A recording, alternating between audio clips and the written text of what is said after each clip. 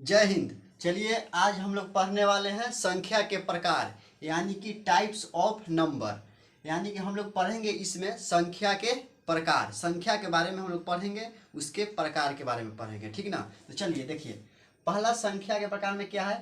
पूर्ण संख्या, प्राकृत संख्या, सम संख्या, विषम संख्या और अभाज्य संख्या। ये सब क्या है? संख्या के प्रकार हैं। तो देखिए पहले हम लोग पढ़ेंगे पूर्ण संख्या। पूर्ण संख्या जिसको हम लोग इंग्लिश में बोलते हैं होल नंबर, यानी कि कहने का मतलब हुआ कि पूर्ण मतलब होता है पूरा, यानी कि जितने भी संख्या आएंगे इसी में आएंगे पूर्ण संख्या में, ठीक ना, केवल प्लस वाले। ठीक, अब देखिए प्राकृत संख्या, इसको इंग्लिश में हम लोग बोलते हैं नेचुरल नंबर। अब देखिए सम संख्या, इसको हम लोग इंग्लिश में बोलते हैं इवन नंबर। अब देखिए विषम संख्या, इसको हम लोग इंग्लिश में बोलते हैं ऑड नंबर। अब देखिए अभाज्य संख्या, इसको हम लोग बोलते हैं प्राइम नंबर। तो चलिए एक एक करके हम लोग पढ़ने वाले हैं। तो चलिए देखिए पूर्ण संख्या। तो देखिए पूर्ण संख्या क्या कहता है कि वैसा संख्या जो जीरो से स्टार्ट हो और अनंत तक जाए। अनंत के मतलब होता है इन्फिनाइट, यानी कि उसका कोई अंत ना हो। तो जो संख्या जीरो से स्टार्ट हो और अनंत तक जाए, यानी कि इसको हम एक भाषा में बोल सकते हैं कि जीरो से लेकर अनंत तक के संख्या को क्या बोलते हैं हम लोग?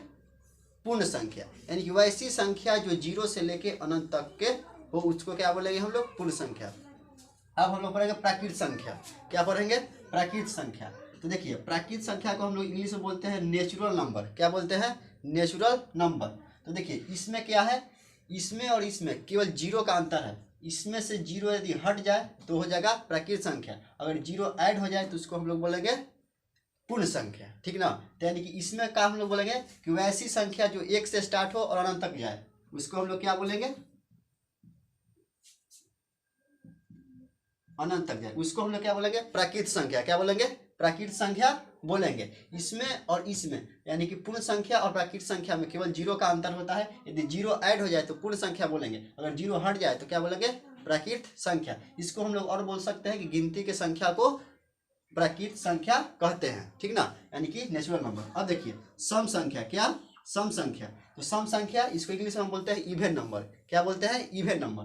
तो इवन नंबर यानी क्या हो गया? इसको वैसी संख्या जो दो से पूरी पूरी कट जाए उसको हम लोग बोलते हैं सम संख्या।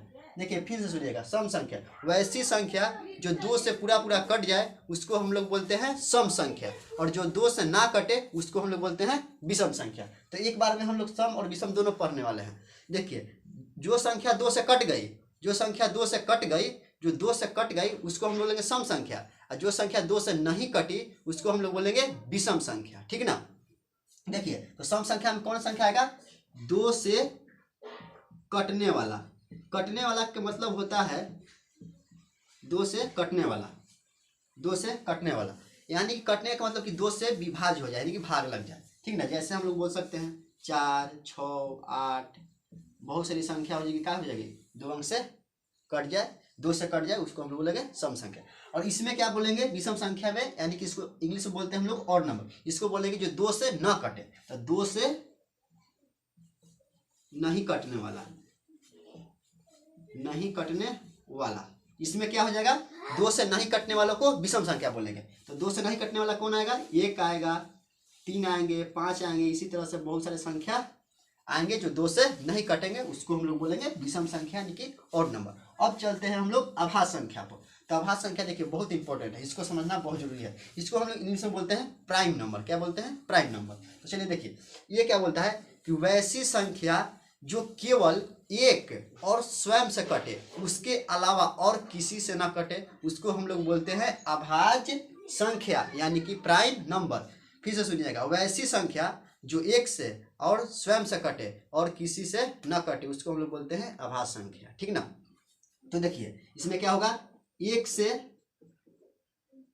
और स्वयं से, एक से और स्वयं से कटे उसे